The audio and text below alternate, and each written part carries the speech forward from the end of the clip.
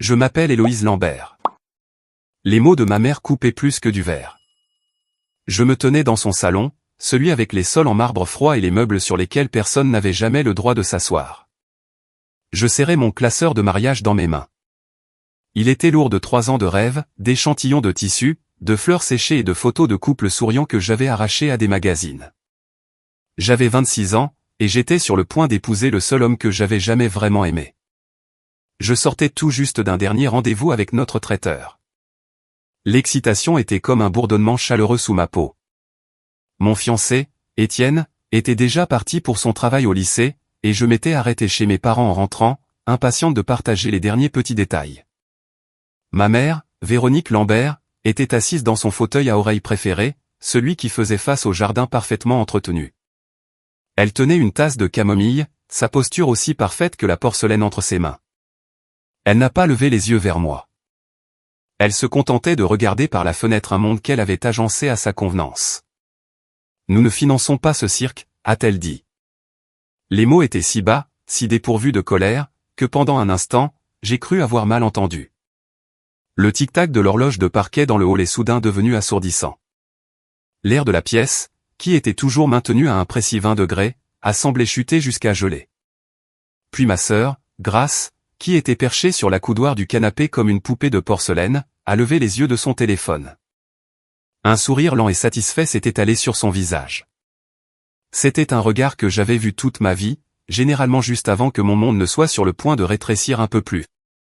Peut-être que la prochaine fois, tu choisiras quelqu'un d'approprié, a-t-elle ajouté, sa voix dégoulinant d'une fausse sympathie. J'ai regardé le visage triomphant de ma sœur, puis le dos rigide de ma mère. J'ai vu le classeur de mariage dans mes mains, celui rempli de tous mes plans simples et heureux. Un cirque. C'est ce qu'était pour elle mon amour, mon avenir, mon bonheur. Un spectacle embarrassant et de bas étage. Quelque chose en moi, une partie fragile qui avait passé des années à espérer leur approbation, s'est finalement brisée. Mais cela ne s'est pas brisé en larmes. Il s'est brisé et reformé en quelque chose de dur et de clair, comme un diamant. Avant de vous raconter comment tout a basculé, aimez et abonnez-vous. Laissez un commentaire et dites-moi d'où vous regardez. Je n'ai pas discuté. Je n'ai pas élevé la voix. Je ne leur ai pas donné la satisfaction d'une seule larme. J'ai refermé le classeur avec un clic doux. J'ai regardé directement l'arrière de la tête de ma mère et j'ai dit un seul mot, compris. C'est à ce moment-là que tout a changé. Elle pensait m'avoir humilié, m'avoir brisé, m'avoir remise à ma place. Elle pensait que je reviendrais en rampant, implorant leur pardon et leur argent. Mais elles ont mal interprété mon silence. Ce n'était pas une reddition. C'était le début d'une guerre dont elles ignoraient même la déclaration. 3 semaines plus tard, mon silence allait devenir la seule chose qu'elles n'auraient jamais vu venir. Grandir dans la maison Lambert, c'était comme vivre dans un musée. Tout était beau.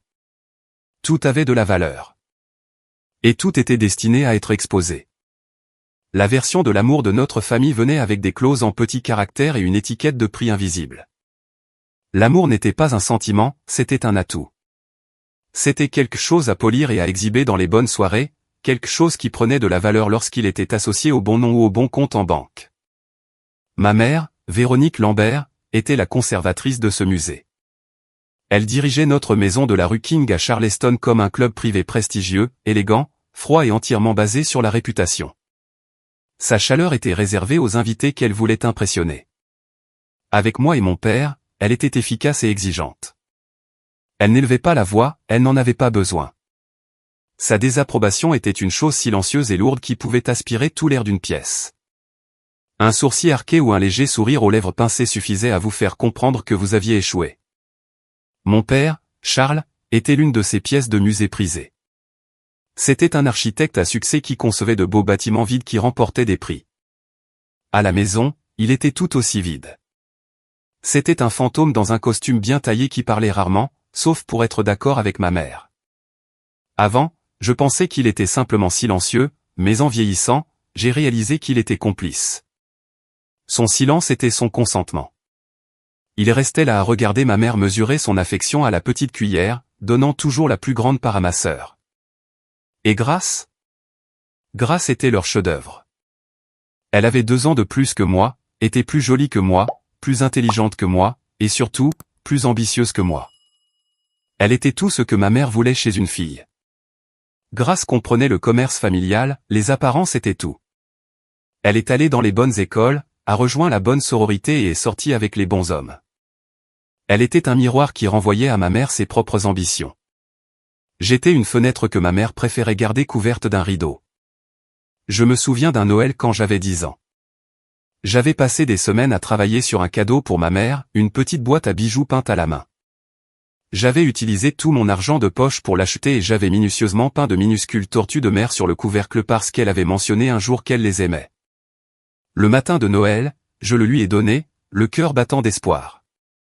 Elle l'a ouvert, a regardé les tortues et m'a fait un mince sourire. « C'est charmant, Héloïse », a-t-elle dit avant de le mettre de côté pour ouvrir le cadeau de Grace. Grace avait utilisé la carte de crédit de notre père pour lui acheter une écharpe en soie d'une boutique de créateurs. Ma mère a porté cette écharpe le reste de la journée. Ma petite boîte a été mise dans un tiroir et n'a jamais été revue. C'était le schéma de ma vie. Mes efforts étaient charmants. Ceux de Grace étaient impressionnants. Quand Grace s'est mariée avec un homme dont la famille possédait une compagnie maritime, ma mère était aux anges. Elle a organisé un mariage dans le jardin qui a fait l'objet d'un article dans les pages mondaines locales. Il y a eu des articles sur l'union de deux des meilleures familles de Charleston. Ma mère a passé un an à le planifier, obsédée par chaque détail, de la dentelle française importée sur la robe de Grace au quatuor à cordes qui jouait Vivaldi. Ce n'était pas un mariage, c'était un couronnement. Et ma mère était la reine-mère, rayonnante de fierté. Mon mariage n'allait jamais être à la hauteur. Je ne me mariais pas pour le statut ou pour un article dans un magazine. Je me mariais avec Étienne. J'ai rencontré Étienne à l'université. Il ne venait pas d'une bonne famille. Son père était mécanicien et sa mère infirmière. Il ne voulait pas être banquier ou avocat. Il voulait aider les gens. Maintenant, il était conseiller d'orientation dans un lycée, travaillant avec des jeunes en difficulté, les guidant, les écoutant. Il était stable, gentil et patient. Quand j'étais avec lui, j'avais l'impression de pouvoir enfin respirer. Il ne me voyait pas comme un projet à améliorer ou comme le reflet de sa propre ambition. Il me voyait, tout simplement. Il m'aimait. C'est tout ce que j'avais toujours voulu. Mais pour ma famille, sa gentillesse était un handicap. C'était une faiblesse. La première fois que je l'ai ramené à la maison pour dîner, l'interrogatoire poli a commencé. Ma mère lui a posé des questions sur son plan quinquennal. Mon père lui a posé des questions sur son portefeuille d'investissement. Grace lui a demandé si être conseiller était, émotionnellement épuisant, son ton suggérant que c'était aussi financièrement épuisant. Étienne a répondu à chaque question avec une sincérité calme. Il n'avait pas honte de qui il était ou de ce qu'il faisait. Plus tard dans la soirée, après son départ, ma mère m'a coincé dans la cuisine. « Héloïse, tu ne peux pas être sérieuse à son sujet », a-t-elle dit, sa voix basse et pressante. Il n'a aucune ambition. C'est un fonctionnaire. Pense à notre réputation. Je l'aime, maman, ai-je dit, ma voix à peine un murmure. Elle a soupiré, un son long hélas, comme si mon simple bonheur était le plus lourd fardeau qu'elle avait à porter. L'amour ne paie pas les factures, ma chérie.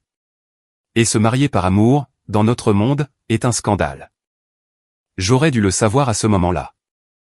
J'aurais dû voir que cela n'allait jamais bien se terminer.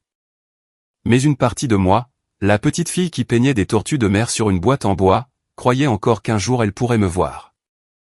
Qu'un jour elle pourrait être fière de moi. Cet espoir était une chose dangereuse. C'est cet espoir qui m'a conduit tout droit dans son piège. Quand ma mère, après des mois de silence glacial sur mes fiançailles, a soudainement proposé de m'aider à organiser le mariage, j'ai été assez sotte pour ressentir une vague de soulagement. J'ai pensé, naïvement, qu'elle avait peut-être enfin accepté Étienne. Peut-être qu'elle voyait à quel point j'étais heureuse et voulait en faire partie. Nous étions dans son salon, le même où elle briserait plus tard mon monde. Elle avait son propre dossier, rempli de brochures glacées pour des lieux qui étaient bien au-delà de mon budget. Je sais que toi et Étienne essayez de faire cela par vous-même, a-t-elle commencé, sa voix inhabituellement douce. Elle a fait en sorte que cela ressemble à un cadeau, un acte de générosité. Elle a dit qu'elle gérerait les contrats des fournisseurs et effectuerait les paiements directement depuis un compte familial pour simplifier la paperasse. J'étais si désespéré d'obtenir son approbation, si fatigué de la tension, que j'ai accepté. Je l'ai remercié, sentant une chaleur se propager dans ma poitrine pour la première fois depuis des années. J'y ai vu une branche d'olivier. Je n'ai pas réalisé que c'était une arme. Pendant les semaines qui ont suivi, tout semblait parfait. Ma mère m'appelait pour me donner des nouvelles. L'acompte pour Iviox est payé, disait-elle. Le fleuriste a été réservé et un acompte a été envoyé. Elle semblait impliquée, même heureuse. Je me suis laissé croire à ce fantasme. Je me suis laissé croire que nous étions une mère et une fille normale en train d'organiser un mariage ensemble. La première fissure dans la façade est apparue un mois avant la date du mariage. C'était un mardi après-midi. J'étais dans mon appartement en train d'adresser les invitations quand le téléphone a sonné. C'était une femme nommée Sarah, la coordinatrice d'événements d'Iviox Garden, le lieu de nos rêves. « Bonjour Héloïse », a-t-elle dit, sa voix empreinte de confusion. « Je vous appelle simplement pour faire le suivi de votre annulation. Nous avons un autre couple intéressé par votre date, alors je voulais confirmer que vous n'en aurez pas besoin. » J'ai senti le stylo glisser de mes doigts.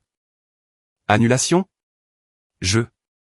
Je n'ai rien annulé. » Il y a eu une pause à l'autre bout du fil. « Oh.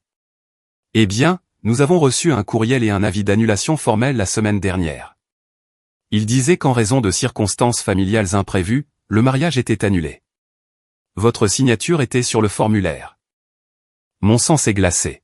« Pouvez-vous m'envoyer une copie de cet avis ?» ai-je demandé, ma voix tremblant légèrement. Elle a accepté. Une minute plus tard, un courriel est arrivé dans ma boîte de réception. J'ai ouvert la pièce jointe PDF. C'était là, un formulaire d'annulation pour Iviox Garden. Et en bas, dans une écriture parfaite et fluide, se trouvait mon nom, ma signature. Sauf que je ne l'avais pas signé. J'ai fixé l'écran, mon cœur martelant contre mes côtes. C'était une imitation parfaite de mon écriture, un faux, le genre de faux que seule une personne ayant des années de pratique aurait pu réaliser, peut-être en signant des autorisations scolaires ou des cartes d'anniversaire. Avant même que je puisse l'assimiler, mon téléphone a de nouveau vibré. C'était notre fleuriste, puis notre traiteur, puis le photographe. Un par un, ils m'ont tous raconté la même histoire. Ils avaient reçu des avis d'annulation, tous avec ma signature falsifiée. Chaque fournisseur pensait que j'avais annulé mon propre mariage. Mon rêve, si soigneusement construit, était en train d'être démantelé pièce par une main invisible. Mais je savais à qui appartenait cette main. J'ai quitté mon appartement dans un état second et j'ai conduit directement chez mes parents. Je n'ai pas appelé avant. Je suis entré avec mon ancienne clé et j'ai trouvé ma mère dans le salon, en train d'arranger des roses dans un vase en cristal. Elle a levé les yeux quand je suis entré, un sourire placide et interrogateur sur son visage. J'ai levé mon téléphone, lui montrant le document falsifié. « Pourquoi ?» ai-je demandé, ma voix tendue et forcée. « Pourquoi ferais-tu ça ?» Elle n'a pas nié. Elle n'a même pas sourcillé. Elle a simplement pris une rose, a coupé le bout de sa tige avec une petite paire de ciseaux en argent, et l'a placée parfaitement dans l'arrangement. Son calme était plus terrifiant que n'importe quelle colère. « C'est pour ton propre bien, Héloïse, a-t-elle dit, ses yeux rencontrant enfin les miens. Ils étaient aussi froids et clairs que de la glace. Tu te maries en dessous de ta condition. Je ne pouvais pas rester là à te regarder ruiner ta vie. Ce sera une leçon difficile, mais un jour tu me remercieras. » Grâce est apparue dans l'encadrement de la porte derrière elle, attirée par la confrontation. Elle s'est appuyée contre le cadre, les bras croisés, un air suffisant sur le visage. « Elle a raison, tu sais, » a dit Grace. Nous te protégeons simplement de tes propres mauvaises décisions. Je suis resté là, encerclé. Ce n'était pas seulement une annulation, c'était une attaque coordonnée.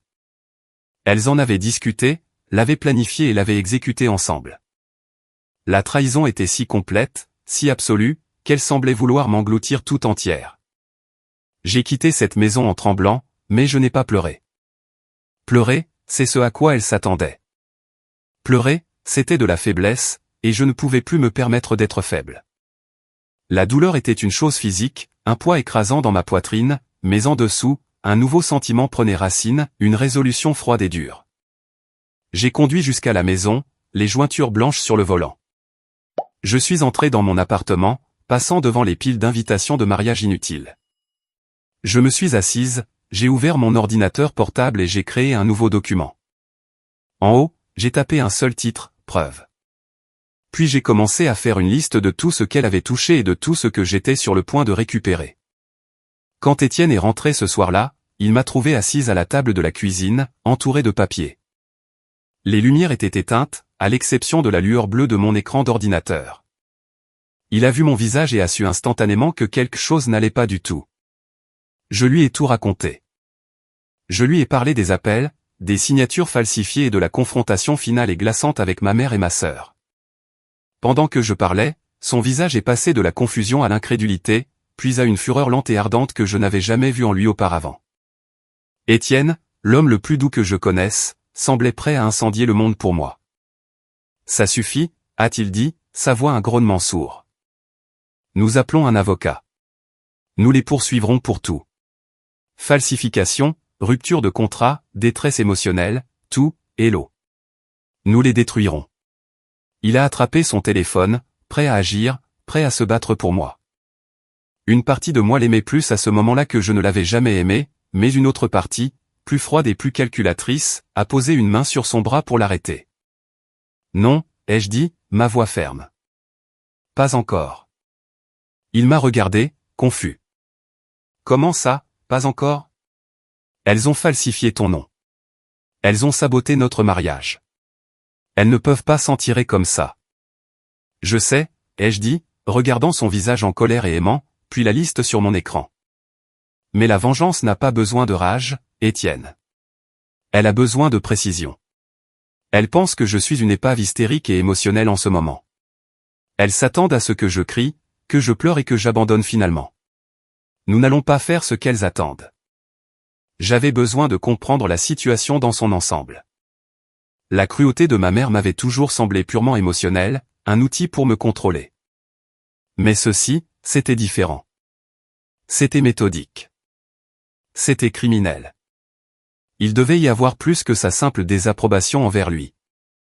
Au cours des jours suivants, j'ai canalisé tout mon chagrin et ma colère vers un seul objectif, découvrir pourquoi. J'ai commencé par les paiements que ma mère prétendait avoir effectués. J'avais des copies des contrats originaux avec les fournisseurs, qui indiquaient les montants des acomptes. Ma mère m'avait dit qu'elle les payait depuis un compte familial. J'avais besoin de savoir lequel. J'ai parcouru de vieux relevés bancaires que mes parents m'avaient donnés il y a des années, ceux que j'avais classés et oubliés. La plupart provenaient de comptes chèques et d'épargne standard, mais j'ai ensuite trouvé un dossier rangé tout au fond de mon classeur. Il était mince, avec seulement quelques vieux relevés à l'intérieur. Le nom du compte était étrange, compte sous administration légale Héloïse Lambert. Je m'en souvenais à peine. Mes parents m'avaient dit que c'était un petit compte d'épargne que mon grand-père avait ouvert pour moi pour l'université et que l'argent avait été entièrement utilisé pour les frais de scolarité. Le dernier relevé dans le dossier datait de plus de 5 ans. Par intuition, j'ai regardé les numéros de routage et de compte.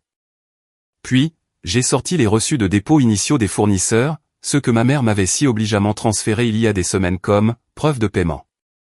J'ai comparé les numéros. Ils correspondaient. Mon cœur a commencé à battre à un rythme effréné contre mes côtes.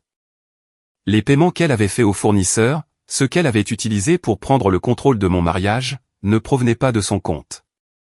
Ils provenaient d'un compte qui était, du moins en nom, le mien. Pourquoi? Pourquoi utiliserait-elle ce compte spécifique? Cela n'avait aucun sens. Il n'y avait qu'une seule personne qui pouvait avoir les réponses. Notre famille utilisait le même cabinet d'avocats depuis des décennies. L'associée principale, maître Hélène Cartier, était une femme plus âgée qui avait été l'avocate et l'amie personnelle de mon défunt grand-père. Elle était vive d'esprit, discrète, et l'une des rares personnes que ma mère ne pouvait pas intimider. J'ai trouvé son numéro et j'ai appelé son bureau. Sa secrétaire m'a immédiatement passé. Héloïse, ma chère, la voix de maître Cartier était chaleureuse mais professionnelle. Cela fait longtemps. Comment allez-vous? Je ne sais pas trop, maître Cartier, ai-je dit, essayant d'empêcher ma voix de trembler. J'ai une question étrange pour vous. J'ai besoin de savoir des choses sur un vieux compte sous administration légale créé par mon grand-père. Il est à mon nom. J'ai expliqué la situation, que ma mère l'avait utilisé pour payer les acomptes du mariage et que je ne comprenais pas pourquoi. Pendant que je parlais, il y a eu un profond silence à l'autre bout du fil. Il s'est étiré si longtemps que j'ai cru que l'appel avait été coupé. Finalement, elle a parlé, et sa voix avait perdu toute sa chaleur antérieure. Elle était maintenant lourde d'une gravité qui me terrifiait. « Héloïse, a-t-elle dit lentement, prudemment, vous n'avez aucune idée de ce qui se passait avec ce comte, n'est-ce pas? Cette nuit-là, j'ai rencontré Maître Cartier dans son bureau calme aux Boiseries, en centre-ville. Le bâtiment était vide, la seule lumière provenant de sa porte et se déversant dans le couloir sombre. Elle avait un épais dossier relié en cuir sur son bureau avec mon nom dessus. L'air semblait lourd, comme le moment avant qu'un orage n'éclate. Votre grand-père était un homme très sage, Héloïse, a-t-elle commencé, ses yeux vifs étudiant mon visage. Il était aussi très perspicace. Il aimait votre mère, mais il n'était pas aveugle à sa colère ni à la passivité de votre père. Elle a ouvert le dossier. Le premier document qu'elle a poussé sur le bureau en acajou poli était intitulé « Contrat de fiducie irrévocable ». Votre grand-père n'a pas créé un simple compte d'épargne pour vous, a-t-elle dit doucement. Il a établi un fonds en fiducie. Il voulait s'assurer que vous ayez une part de l'héritage familial que votre mère ne pourrait pas contrôler. Mes yeux ont parcouru la page. Mes mains se sont mises à trembler. Le chiffre imprimé dans le texte juridique formel semblait me sauter aux yeux. 275 000 €. Je ne pouvais plus respirer. 275 000 €, ai-je murmuré, les mots semblant étrangers dans ma bouche. Je ne comprends pas. Mes parents m'ont dit que tout avait été utilisé pour l'université. Maître Cartier a poussé un soupir triste et entendu. C'était le premier mensonge. La fiducie stipulait que les fonds devaient être gérés par vos parents en tant que fiduciaires, oui, mais ils étaient à votre bénéfice et à votre bénéfice uniquement. Et surtout, a-t-elle dit, tapotant une clause avec son stylo, le solde restant intégral devait vous être libéré, sous votre seul contrôle, à l'une des deux conditions suivantes, votre 30e anniversaire ou la date de votre mariage légal. La pièce a commencé à tourner. Mariage. Le mot résonnait dans mon esprit. Le déclencheur. Le compte que ma mère utilisait. Mon mariage, ai-je commencé, ma voix s'éteignant alors que l'horrible vérité commençait à se faire jour. Point était le compte de la fiducie, a terminé Maître Cartier pour moi. Celui qu'elle était censée protéger pour vous. Au lieu de cela, elle et votre père le traitaient comme leur caisse noire personnelle depuis des années. Elle a ensuite étalé les relevés bancaires. Page après page de retraits, de virements et de paiements s'étalant sur plus d'une décennie. C'était un enregistrement méticuleux de leur trahison. J'ai vu un retrait de 25 000 € il y a 3 ans. La ligne de mémo indiquait « Rénovation cuisine ». Notre cuisine a été rénovée il y a 3 ans. J'ai vu un virement de 50 000 €. Le mémo « Financement de démarrage, G. Lambert Design ». C'était l'argent qu'ils avaient donné à Grace pour lancer sa boutique en faillite. Ils ne le lui avaient pas donné. Ils me l'avaient volé et l'avaient présenté comme un cadeau. Il y avait des frais pour les cotisations du club privé, pour la nouvelle voiture de mon père, pour les voyages d'anniversaire de mes parents en Europe, ceux dont ils envoyaient des cartes postales en me disant de « travailler dur pour qu'un jour tu puisses voyager aussi ». Chaque luxe, chaque avantage qu'ils ont donné à Grace, chaque partie de la vie parfaite qu'ils paradaient devant la société de Charleston, tout était financé par moi. Par l'argent que mon grand-père avait laissé pour assurer mon avenir. Ils l'avaient vidé petit à petit pendant des années. Ils avaient volé plus de 150 000 €. La dernière pièce du puzzle s'est mise en place avec une clarté écœurante. Si je m'étais marié, ai-je dit, levant les yeux vers Maître Cartier, mes yeux brûlants mais toujours secs, la fiducie aurait été dissoute. Le solde final m'aurait été transféré. Un audit aurait été déclenché pour clôturer le compte. Exactement, a-t-elle confirmé. Les avocats de la fiducie auraient demandé une comptabilité complète de toutes les dépenses. Ils auraient été exposés instantanément. Falsification, détournement de fonds, fraude, ils auraient été ruinés, socialement et légalement.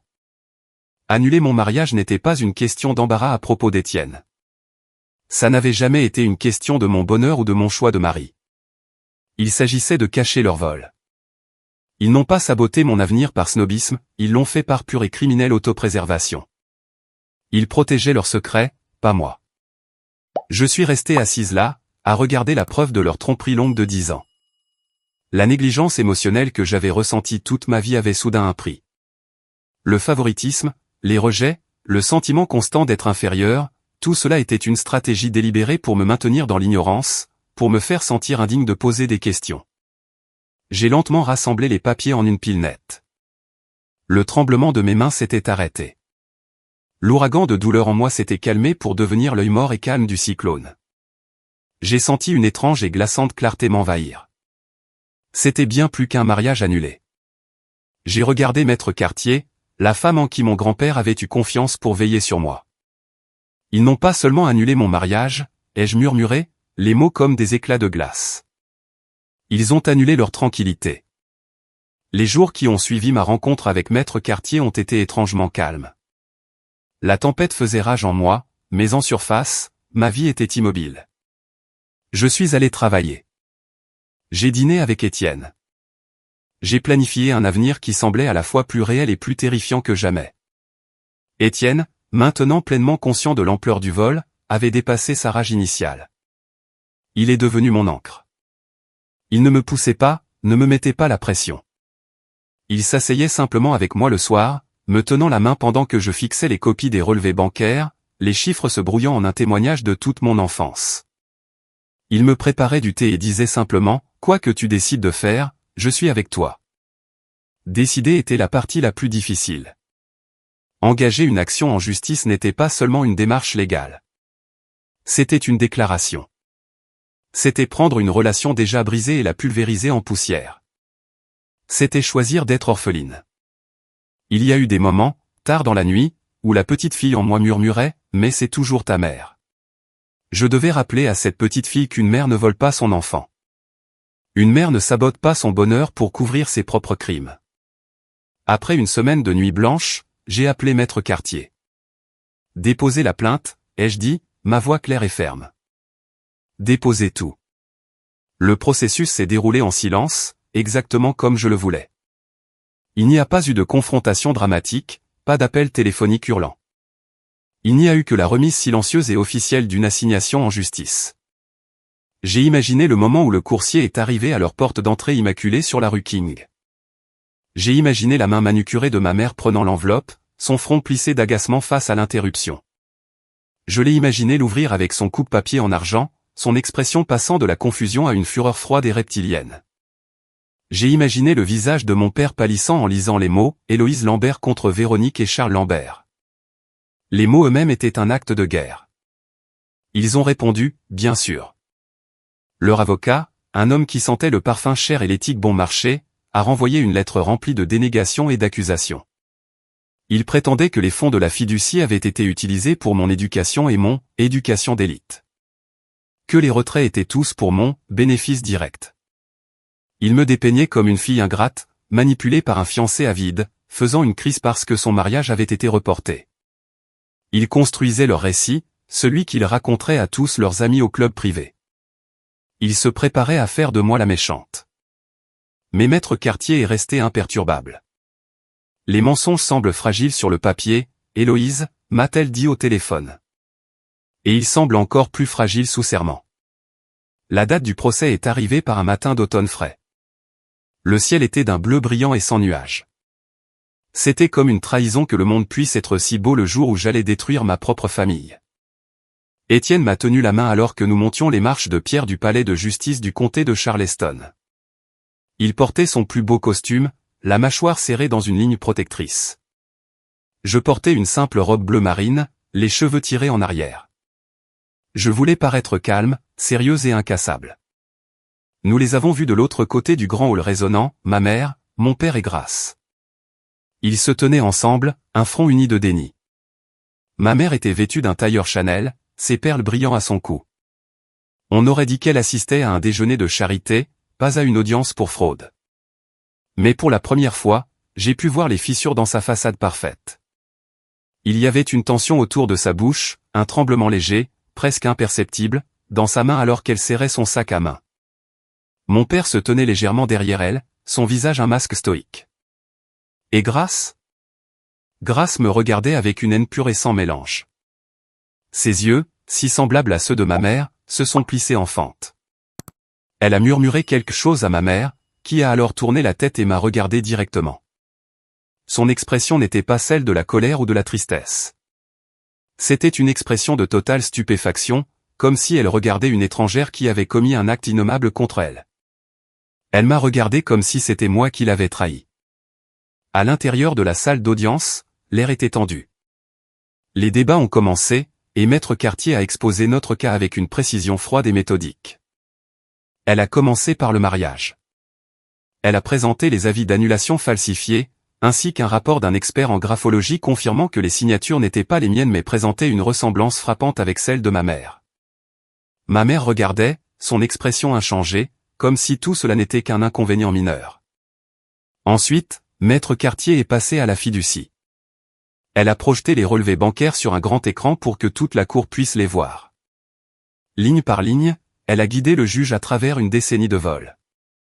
25 000 € retirés le 12 avril pour ce que les défendeurs ont prétendu être de l'entretien de la maison. En fait, c'était pour un îlot de cuisine en marbre sur mesure, a déclaré Maître Cartier, sa voix résonnant dans la salle silencieuse. Elle a présenté le reçu de l'entrepreneur. 50 000 € transférés le 3 juin pour financer une boutique pour leur autre fille, Mademoiselle Grace Davenport, a-t-elle poursuivi. Des murmures ont parcouru la galerie du public, où quelques journalistes mondains griffonnaient maintenant furieusement dans leurs carnets. Elle a continué, les vacances en Italie, la nouvelle berline pour mon père, les abonnements à l'orchestre symphonique, les frais d'adhésion au club privé. Avec chaque preuve, le sang-froid de ma mère a commencé à s'effriter. La couleur a quitté son visage. Mon père a semblé se ratatiner sur sa chaise. Grace a fixé l'écran, la bouche légèrement entr'ouverte, comme si elle voyait l'ampleur de la tromperie pour la première fois. Quand ce fut au tour de ma mère de témoigner, elle a essayé de maintenir son air de grâce aristocratique. Elle a parlé de son amour pour moi, de sa profonde préoccupation pour mon bien-être. J'ai toujours seulement essayé de la protéger, a-t-elle dit, tamponnant un œil sans larmes avec un mouchoir en soie. L'argent était pour son bénéfice. Une maison stable est un bénéfice. Une sœur qui réussit est un bénéfice. C'était un fonds familial à utiliser pour la famille. Maître Cartier s'est approché de la barre des témoins. Madame Lambert, a-t-elle demandé, sa voix dangereusement douce, avez-vous, à un moment quelconque, informé votre fille Héloïse que vous utilisiez son fonds en fiducie, laissé par son grand-père, pour payer les rénovations de votre cuisine? Ma mère a hésité. C'était une décision familiale. Ce n'est pas ce que j'ai demandé, a insisté Maître Cartier. Avez-vous dit à Héloïse que vous preniez son argent? Je suis sa mère. Il est de mon devoir de gérer ses finances comme je l'entends. Donc, vous ne le lui avez pas dit, a conclu Maître Cartier. Et lui avez-vous dit quand vous avez falsifié son nom sur les formulaires d'annulation de mariage? C'était une mesure drastique prise par amour pour l'empêcher de commettre une terrible erreur, a insisté ma mère, sa voix s'élevant, la première fissure dans son contrôle glacial. Le juge, un homme au visage sévère et aux yeux fatigués, en avait assez entendu. Il a levé une main pour la faire taire. Il a regardé la montagne de preuves, les relevés bancaires brillant encore à l'écran, puis il a regardé ma mère. Sa voix, quand il a finalement parlé, était plus froide que la sienne ne l'avait jamais été. L'amour n'est pas une défense contre la fraude, Madame Lambert. L'inquiétude n'est pas une défense contre le vol. Il a rendu son jugement rapidement. Il les a déclarés coupables sur tous les chefs d'accusation, détournement de fonds, falsification et infliction intentionnelle de détresse émotionnelle. Ce tribunal se prononce en faveur de la plaignante, Mademoiselle Héloïse Lambert, a-t-il annoncé, sa voix retentissant dans le silence. Tous les fonds détournés d'un montant de 152 000 € seront restitués intégralement à la fiducie. Des dommages et intérêts supplémentaires pour fraude sont accordés pour un montant de 75 000 €. La main de ma mère, celle qui avait légèrement tremblé, s'est portée à ses perles. Sa bouche s'est ouverte, mais aucun son n'en est sorti. Elle avait l'air complètement brisée. Grace s'est détournée, enfouissant son visage dans ses mains. Elle ne pleurait pas de culpabilité. Elle pleurait de la honte publique et indéniable de tout cela. Pour la première fois de ma vie, j'avais gagné. Mais cela ne ressemblait pas à une victoire. Cela ressemblait à une fin. Le son du marteau du juge frappant le bloc de bois était assourdissant. C'était un son de finalité, la fissure d'un monde se brisant en deux. Dans le silence stupéfait qui a suivi, je suis juste resté assise là, figée sur ma chaise. La main d'Étienne a trouvé la mienne, sa poigne chaude et rassurante. Je pouvais sentir les journalistes au fond de la salle se précipiter vers les portes, désireux d'être les premiers à diffuser l'histoire de l'implosion spectaculaire de la famille Lambert. Les chuchotements ont commencé, se faufilant à travers la salle d'audience comme de la fumée. Maître Cartier m'a fait un petit signe de tête rassurant avant de commencer à ranger sa mallette, ses mouvements nets et professionnels. La tempête juridique était terminée. Maintenant, je devais marcher à travers les décombres. Nous avons attendu que la salle se vide. Mon père, paraissant plus âgé et plus voûté que je ne l'avais jamais vu, a guidé ma mère par une porte latérale, la protégeant des regards curieux. Grâce a suivi, son visage strié de mascara, refusant de regarder dans ma direction. Ils étaient un portrait de la ruine, dépouillés de leur dignité et de leurs mensonges soigneusement construits. Alors que nous sortions dans le hall principal, le soleil de l'après-midi filtrait à travers les hautes fenêtres cintrées, illuminant les grains de poussière dansant dans l'air. Et puis j'ai entendu sa voix. Héloïse. Je me suis arrêté. Je me suis retourné. Ma mère s'était détachée de mon père et marchait vers moi. Son sang-froid parfait avait disparu. Ses cheveux étaient légèrement en désordre. Ses yeux étaient cerclés de rouge et désespérés. Elle semblait plus petite, plus frêle. Elle s'est arrêtée à quelques mètres de moi, cherchant sur mon visage quelque chose que je n'avais plus à donner. « Héloïse, nous devons parler », a-t-elle dit, sa voix rauque. Tout cela a été un terrible malentendu. Nous pouvons arranger ça. Nous sommes toujours une famille. Le mot est resté en suspens dans l'air entre nous. Famille. C'était un mot qu'elle avait utilisé toute ma vie à la fois comme un bouclier et une arme. C'était un mot qui signifiait loyauté, mais seulement selon ses termes. Il signifiait obligation, mais seulement la mienne envers elle. Il signifiait amour, mais seulement le genre que l'on pouvait afficher, pas le genre que l'on pouvait ressentir. Je l'ai regardé, vraiment regardé, et pour la première fois, je n'ai pas vu la matriarche puissante et intimidante qui avait contrôlé mon monde. J'ai vu une femme effrayée, une femme qui avait passé toute sa vie si terrifiée de ne pas avoir assez de statut, assez d'argent, assez de contrôle auquel avait dévoré l'avenir de sa propre fille pour nourrir son insécurité. Sa vie n'était pas construite sur des fondations d'amour ou d'intégrité. Elle était construite sur un fragile échafaudage d'apparence, et je venais de le faire s'effondrer sous ses pieds. Étienne a serré ma main, un signal silencieux de soutien, mais il n'a pas parlé. Il savait que c'était un moment qui devait être le mien seul. Non, ai-je dit. Ma voix était douce, presque un murmure, mais elle a traversé le sol en marbre avec une finalité absolue. Nous étions une famille, il y a longtemps. Mais ça aussi, vous l'avez annulé. Elle a tressailli. C'était une petite inspiration brusque, un raidissement de ses épaules. C'était exactement de la même manière que j'avais tressailli dans son salon quand elle avait qualifié mon mariage de cirque. La symétrie de la chose était à la fois tragique et libératrice. Elle comprenait enfin ce que cela faisait d'avoir quelque chose de précieux déclaré sans valeur. J'ai soutenu son regard un instant de plus, assez longtemps pour que mes mots s'installent profondément en elle. Il n'y avait plus rien à dire. Il n'y avait pas d'argument à avoir, pas de pardon à implorer. Nous étions au-delà de tout ça. Nous étions des étrangères maintenant, liées uniquement par une histoire de douleur et une ordonnance du tribunal. Puis je lui ai tourné le dos, et je suis parti. Je n'ai pas regardé en arrière. Je n'ai pas attendu de voir sa réaction. À chaque pas que je faisais vers les portes du palais de justice et le monde lumineux et ouvert à l'extérieur, je sentais un poids se lever de mes épaules. C'était le poids d'une vie d'attente non satisfaite, d'essayer d'être assez bien, d'espérer une miette d'approbation d'une femme qui avait une pierre à la place du cœur. Les jours qui ont suivi ont été calmes. L'histoire était dans le journal local, bien sûr un article discret en page 3, détaillant le procès et le jugement. C'était formulé avec soin, mais les faits étaient accablants. La haute société de Charleston que ma mère chérissait tant était impitoyable.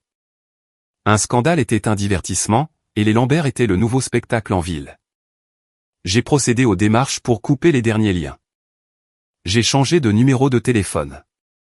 J'ai supprimé et bloqué leurs numéros, leurs adresses électroniques, leur profil sur les réseaux sociaux. C'était un processus étrange et méthodique, comme nettoyer une maison après un décès. Chaque clic sur le bouton « Bloquer » était un petit enterrement pour une partie de mon passé. Étienne était mon roc. Il savait que ce n'était pas une simple victoire. Il savait qu'il y avait du chagrin mêlé à mon soulagement. Il m'a laissé être silencieuse quand j'avais besoin de l'être. Il m'a tenu dans ses bras quand, un mardi soir au hasard alors que nous faisions la vaisselle, une vague de tristesse m'a submergé et j'ai enfin pleuré. Pas pour la mère que j'avais, mais pour celle que je n'avais jamais eue. C'est normal d'être triste, Hello, m'a-t-il murmuré, me tenant contre sa poitrine. Tu fais le deuil de ce qui aurait dû être. C'est la dernière étape pour lâcher prise. Il avait raison. Le procès avait coupé les liens juridiques et financiers. La confrontation au palais de justice avait coupé les liens verbaux. Mais cette nuit-là, dans la sécurité des bras d'Étienne, j'ai coupé le dernier cordon invisible, celui qui avait attaché mon cœur à un fantôme d'espoir. L'espoir qu'un jour ma famille m'aimerait pour qui j'étais. J'étais libre. Et dans le silence qu'ils ont laissé derrière eux, je pouvais enfin commencer à entendre ma propre voix. 6 mois ont passé. Le froid de l'automne a cédé la place au froid tranquille de l'hiver, puis a fondu dans la floraison vibrante et pleine d'espoir d'un printemps de Charleston. Le monde a tourné, et moi aussi. Le procès s'est estompé des pages mondaines, remplacé par de nouveaux commérages, de nouveaux scandales. L'argent, plus les dommages et intérêts, a été transféré sur un nouveau compte à mon nom, un compte que mes parents ne pourraient jamais toucher. Il était là, symbole silencieux de mon indépendance. Mais le vrai prix n'était pas l'argent. C'était la paix. Pendant ces mois, Étienne et moi avons tout recommencé. Nous avons décidé que nous voulions toujours nous marier à Ivy Oaks Garden. C'était le lieu de nos rêves, et je refusais de laisser le souvenir de ma mère le souiller. Le récupérer me semblait important. C'était comme replanter un jardin qui avait été piétiné. Cette fois, la planification était différente. Il n'y avait pas de classeur rempli de coupures destinées à impressionner qui que ce soit. Il n'y avait pas de réunion stressante ou d'appels téléphoniques passifs-agressifs. C'était juste moi et Étienne, assis par terre dans notre appartement avec des plats à emporter et un ordinateur portable. Nous prenions les décisions ensemble, en riant. Nous avons choisi un thème simple et élégant. Nous avons choisi un menu avec des plats que nous aimions vraiment, pas ceux qui étaient considérés comme sophistiqués. Nous avons fait une playlist de nos chansons préférées, un mélange de soul vintage et de rock indépendant qui aurait fait grincer des dents ma mère. Chaque choix était le nôtre. Chaque détail était un reflet de nous. Tout le processus était joyeux, léger et facile. C'était tout ce qu'un mariage était censé être. J'ai dessiné ma propre robe, une simple robe trapèze en crêpe doux et fluide. J'ai passé des heures à la dessiner, puis j'ai trouvé une couturière locale qui lui a donné vie. L'acte de la créer me donnait l'impression de coudre ma nouvelle vie, fil par fil. Notre jour de mariage est arrivé un samedi parfait de mai. Le soleil était chaud, et une douce brise faisait bruisser les feuilles des chênes centenaires du lieu. Les jardins étaient en pleine floraison, une profusion de roses blanches, de lavande et d'hortensia, leur parfum doux flottant dans l'air. Notre liste d'invités était restreinte. Nous avions 50 personnes, pas les 300 sur lesquelles ma mère avait insisté pour mon premier mariage. Il n'y avait pas d'associés de mon père, pas d'amis de la haute société de ma mère. Il n'y avait que la grande, bruyante et aimante famille d'Étienne, qui m'a accueilli comme l'une des leurs dès le début, et mes amis les plus proches, ceux qui m'avaient écouté pleurer et m'avaient encouragé alors que je me battais pour revenir à la lumière. C'était un mariage rempli non pas de relations, mais d'amour. Alors que je me préparais dans la suite nuptiale avec mes 2 meilleurs amis, il y a eu un moment de calme. Ma demoiselle d'honneur, Sarah, m'a regardé, les yeux embués. « Tu penses à eux ?» a-t-elle demandé doucement. Je savais de qui elle parlait. J'ai regardé mon reflet dans le miroir. J'ai vu une femme calme, heureuse, entière. Le fantôme de ma famille n'était pas dans la pièce avec moi. Je ne les avais pas invités. Non, ai-je dit, et j'ai été surprise de constater que c'était la pure vérité. Je n'y pense pas. Il n'y avait pas de père pour me conduire à l'hôtel. Il n'y avait pas de mère pour arranger mon voile. Cette pensée, qui m'aurait autrefois dévasté, me semblait maintenant une affirmation de force. Je n'avais besoin de personne pour me donner. Je me donnais moi-même, librement et complètement, à l'homme que j'aimais. J'ai parcouru l'allée seul. J'ai marché lentement, délibérément, les yeux fixés sur Étienne, qui m'attendait sous l'arche de roses blanches en fleurs. Il souriait, ses yeux brillants de larmes. À ce moment-là, il était la seule personne au monde. Il était mon partenaire, mon champion, mon foyer. Il était tout ce qu'il disait ne pas être suffisant, et je savais avec une certitude ancrée au plus profond de mes os qu'il était plus que suffisant. Il était tout. Chaque pas que je faisais sur cette allée herbeuse était un pas que je reprenais. Chaque visage souriant que je croisais était un témoignage de la vraie famille que je m'étais construite. Ce n'était pas un cirque. C'était un sanctuaire. Nous avons écrit nos propres vœux. Étienne a parlé de ma force, de mon courage, et de la façon dont je lui avais appris ce que signifiait vraiment l'amour inconditionnel. Quand ce fut mon tour, j'ai regardé dans ses yeux gentils et constants et j'ai parlé avec mon cœur. Tu m'as vu quand je me sentais invisible, ai-je dit, ma voix épaisse d'émotion mais ferme. Tu m'as aimé quand je ne savais pas comment m'aimer moi-même. Tu es mon havre de paix dans un monde bruyant. Aujourd'hui, dans ce jardin où nous nous sommes battus pour être, je ne te choisis pas seulement toi. Je nous choisis. Je choisis cette joie. Je choisis cette paix, et je promets de la choisir avec toi chaque jour pour le reste de ma vie. Quand la cérémonie s'est terminée et que l'officiant nous a déclarés mari et femme, Étienne m'a serré contre lui. La foule a applaudi, mais tout ce que j'entendais, c'était les battements de mon propre cœur. Il m'a embrassé, et c'était comme le premier jour du reste de ma vie. Alors que nous redescendions l'allée, main dans la main, il s'est penché et a murmuré « ça va ». J'ai levé les yeux vers lui, vers mon mari, et un sourire a éclos sur mon visage, authentique et radieux. Le poids avait disparu. Les fantômes étaient bannis. J'étais au milieu de mon propre bonheur, un bonheur pour lequel je m'étais battu et que j'avais gagné. Mieux que jamais, ai-je dit, et je le pensais. Dans les mois qui ont suivi notre mariage, Étienne et moi nous sommes installés dans une vie merveilleusement, délicieusement normale. Nous avons acheté une petite maison avec un jardin pour un chien que nous prévoyions d'adopter. Nous passions nos week-ends à jardiner et à explorer la côte. Ma vie était remplie de petites joies tranquilles qui, additionnées, sont devenues une forteresse de bonheur. Le drame de l'année passée a commencé à ressembler à une histoire qui était arrivée à quelqu'un d'autre. Je n'ai pas cherché à avoir des nouvelles de ma famille. Je n'en avais pas besoin. Dans une ville aussi petite et interconnectée que Charleston, les nouvelles voyagent. Elles me parvenaient par bribes, par le biais de connaissances communes qui mentionnaient maladroitement quelque chose qu'elles avaient entendu, ou par des articles de presse sur lesquels je tombais en ligne. Le premier domino à tomber fut la boutique de Grace. Son entreprise avait été soutenue dès le début par l'argent volé de mon fonds en fiducie.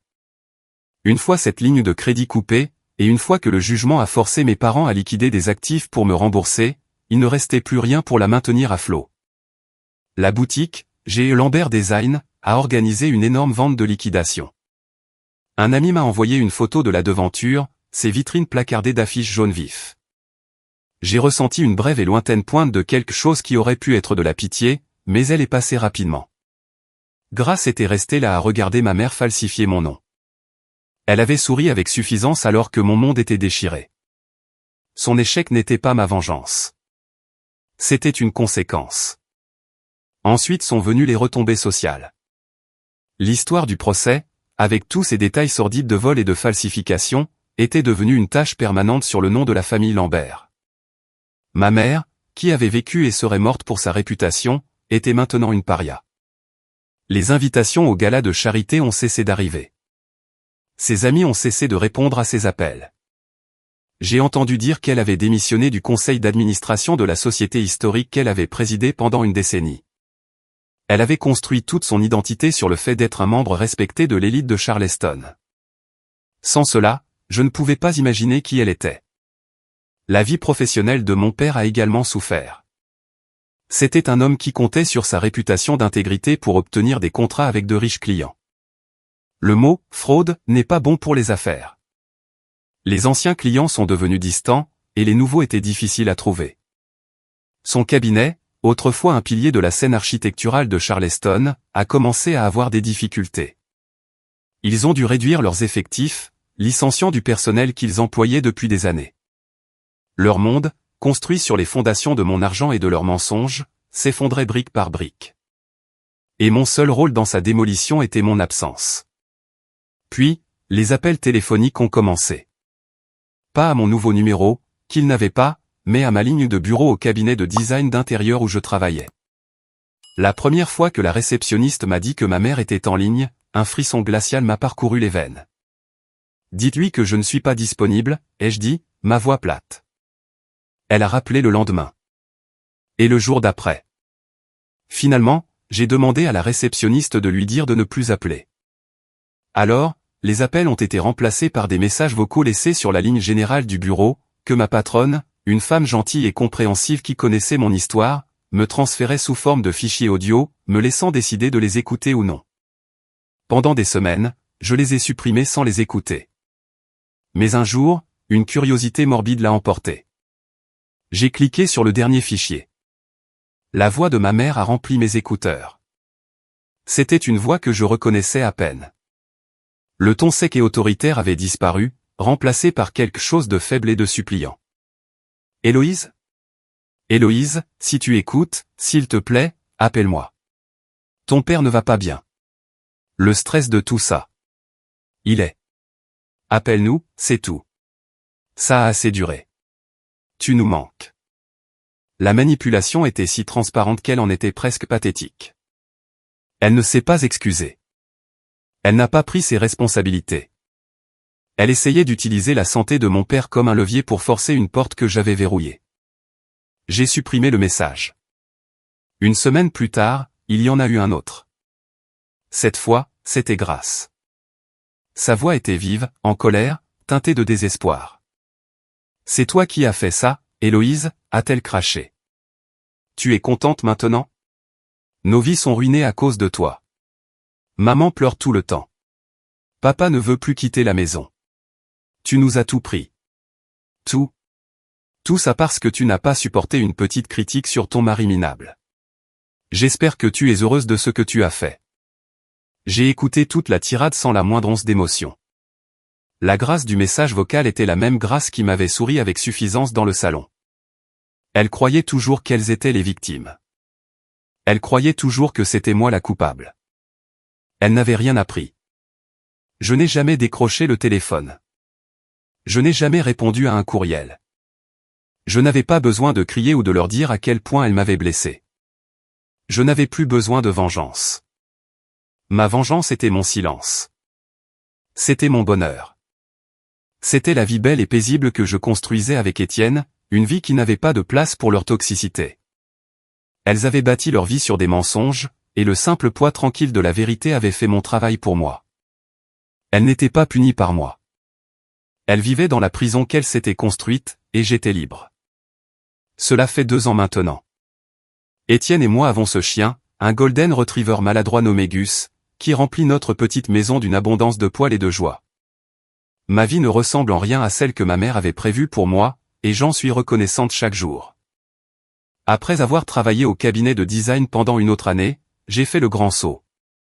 J'ai utilisé une partie de l'argent de la fiducie, le cadeau de mon grand-père, enfin utilisé comme il l'avait prévu pour lancer ma propre entreprise. Je dirige mon propre studio de création de robes de mariée dans une petite boutique ensoleillée du quartier historique. Le même rêve que ma mère a un jour jeté avec mes croquis d'enfance est maintenant ma réalité. Chaque robe que je crée, chaque mariée que j'aide, me semble être un acte de rébellion silencieuse. C'est comme la liberté cousue dans le tissu. J'aide les femmes à créer le plus beau jour de leur vie selon leurs propres termes, libres du jugement et des attentes des autres. D'une certaine manière, je leur donne la seule chose pour laquelle j'ai dû me battre si durement pour l'obtenir.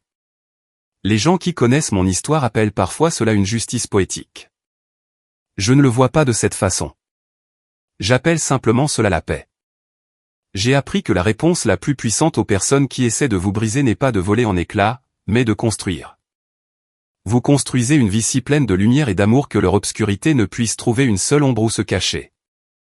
Parfois, s'en aller est la vengeance la plus bruyante. C'est une déclaration que vous accordez plus de valeur à votre propre paix qu'à leur drame.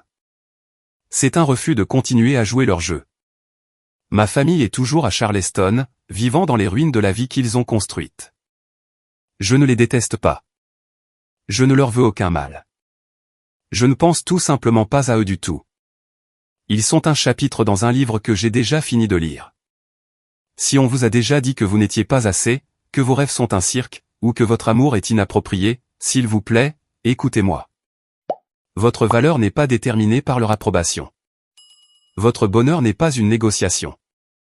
Prouvez-leur qu'ils ont tort, en silence. Construisez votre propre monde. Cousez votre propre liberté. Et si cette histoire a touché votre cœur, abonnez-vous. Il y a toujours une autre histoire à raconter, une autre femme qui a transformé la trahison en pouvoir.